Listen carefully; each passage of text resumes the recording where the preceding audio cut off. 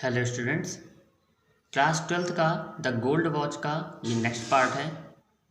हम आपको यहाँ तक पढ़ा चुके थे बेड तक कि वो बेड से उतरा था, उसने उसकी वाइफ ने उसको उठाया था और वो लेटे लेटे ये सोच रहा था कि किस प्रकार जो है वो घड़ी को चुराएगा और अगर घड़ी चुराएगा तो कितने रुपए मिलेंगे। ओके, तो आइए आगे देखते हैं। तो जब वो बेड से उतरा, ही स्टेप डाउन वो आगे बढ़ा इनटू द कॉर्टयार्ड, आंगन में, इन अ हरी, जल्दी जल्दी, watching the golden rays of the morning sun. Watching means देखते हुए, क्या देखते हुए? Golden rays of the morning sun, सुबह के सूरज की सुनहरी किरण को देखते हुए वो जल्दी जल्दी आंगन में आगे बढ़ा। अब देखिए यहाँ पे आगे बताया जा रहा है सन के बारे में, मॉर्निंग सन के गोल्डन रेज के बारे में। The golden rays of the morning sun piercing the lush bamboo foliage. देखिए पियर्सिंग मिस होता है भेदना, द लस मिस होता है फलते फूलते, बम्बू मिस होता है बांस, फोलिएज मिस होता है बांस के पत्ते। तो जो मॉर्निंग सन की गोल्डन रेज थी वो भेद रही थी बांस के फलते फूलते पत्तों को, ऑन द ईस्टर्न साइड, पूरब की दिशा पर, and brightening the old palm, और चमका रही थी, मतलब उस पर पड़ रही थी, the old palm leaf thatch, पुराने पाम के पत्तों से बने हुए छप्पर पर, पुराने पाम से बने पत्तों के छप्पर पर। देखिए थैच वर्ड मैं पहले बता चुका हूँ the girl with the basket में।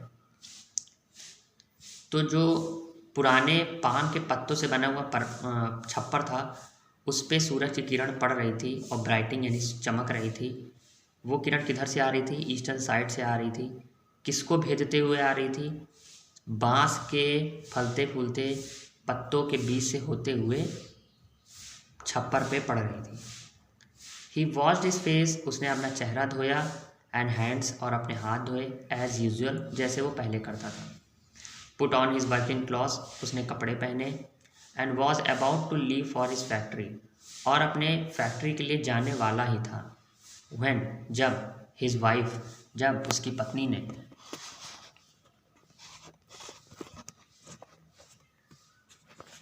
कहा, क्या कहा? लिसन, सुनो, you must buy some ointment for the child. Ointment means होता है मलहम, कि तुम्हें जो है अपने बच्चे के लिए, मतलब बच्चे के लिए, अपने लोगों के बच्चे के लिए मलहम खरीदना चाहिए। मतलब कम से कम क्या कर दो, यहाँ पे देखिए एक्सक्लेमेशन साइन आया, तो आप ऐसे ना बोल के आप ऐसे बोलेंगे कि उसने कहा सुनो, अपने बच्चे के लिए मलहम लेते आना। She threw a commanding look at him, उसने जो है एक आदेशात्मक लुक दिखाया उसकी पत्नी ने। संकु ने महसूस किया that each of the source miss होता है जो दाने हो जाते हैं शरीर पे, जब फुंसी पड़ जाती है उसको कहते हैं, या घाव, सोर्स मिस घाव भी होता है। संकु ने महसूस किया कि जो प्रत्येक घाव था या प्रत्येक फुंसी थी ऑन द चाइल्ड, बच्चे की पूरी बॉडी पे, फेस्टरिंग बॉडी मीन्स एक ऐसी बॉडी जो किसी चीज़ से पीड़ित हो, तो बच्चे की इस पीड़ित बॉडी से जो उसकी फुंसी थे, प्रत्येक फुंसी वॉज स्टेयरिंग, वो घूर रहे थे, मतलब जो फुंसियाँ हैं वो घूर रही हैं, एट हिम अ ग्रूसम वे, एकदम भयावह तरीके से। शंकु को ऐसा महसूस किया कि बच्चे के शरीर में जो फुंसी निकली हुई हैं वो शंकु को घूर रही हैं। अ मोमेंट पास्ट, एक क्षण गुजर गया, इन अ साइलेंस, चुपचाप, मतलब बिना, कोई बोला नहीं, सब दोनों लोग शांत रहे। फिर तभी शंकु बोला, व्हाट सॉर्ट ऑफ ऑइंटमेंट, शंकु आस्क्ड लाइक अ फूल, शंकु ने मूर्खतापूर्ण पूछा, व्हाट सॉर्ट ऑफ ऑइंटमेंट, किस प्रकार का मलहम? Ointment for source, continued the wife, उसकी पत्नी ने आगे बोला, ऑइंटमेंट फॉर द सोर्स, मलहम घाव के लिए या फुंसी के लिए। You mean you have not seen the source all over the child body, इसका मतलब है तुमने अपने बच्चे के शरीर पर फुंसियाँ देखी ही नहीं। तो अभी वो ये भी नहीं कह सकता था कि नहीं देखी, और देखी तो थी लेकिन पैसे की कमी के कारण वो हर एक चीज़ में रुक जाता था। अब उसने बोला यस हाँ, हाउ मेनी पैसे वर्थ ऑफ ऑइंटमेंट, कितने रुपए का, कितने पैसे का ऑइंटमेंट यानी कि उतना मलहम मिलेगा। तो उसकी पत्नी ने बोला एटलीस्ट 13 पैसे वर्थ, कम से कम 13 पैसे में।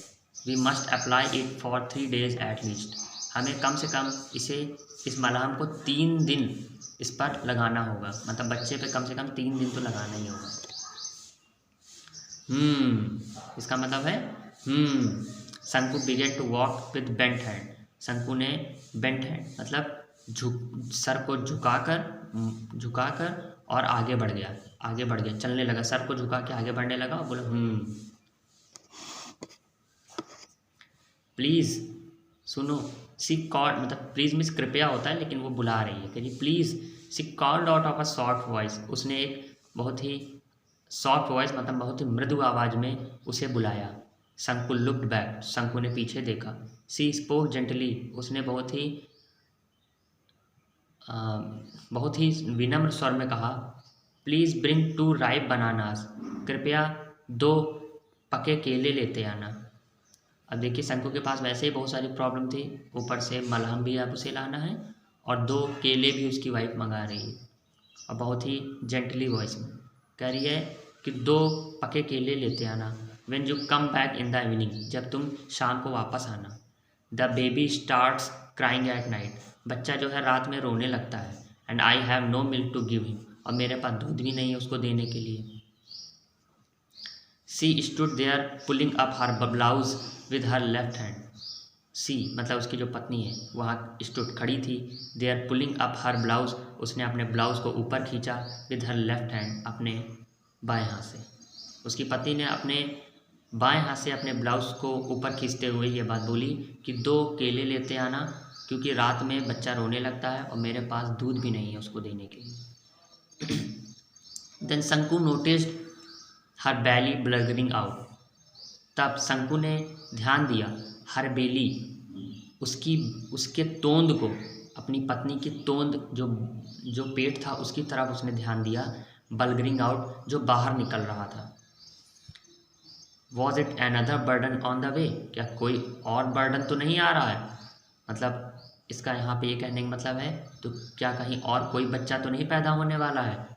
उसके बढ़े हुए पेट को देखा तो मन ही मन ये सोचा कि कहीं और कोई तो, अब मेरे ऊपर कोई बर्डन तो नहीं आने वाला है, मतलब और कोई तो बच्चा नहीं पैदा होने वाला है। शंकु वॉज स्टंट भी होता है स्तब्ध हो जाना, रुक जाना, एकदम स्थिर हो जाना। शंकु स्तब्ध हो गया था। ही कर्स्ड हिमसेल्फ, उसने खुद को बुरा भला कहा, गाली दी। And with a deep sigh, और एक गहरी सांस लेकर ही resumed his walk to the factory, वह फैक्ट्री की तरफ बढ़ गया। तो यहाँ तक का पार्ट हम देख चुके हैं,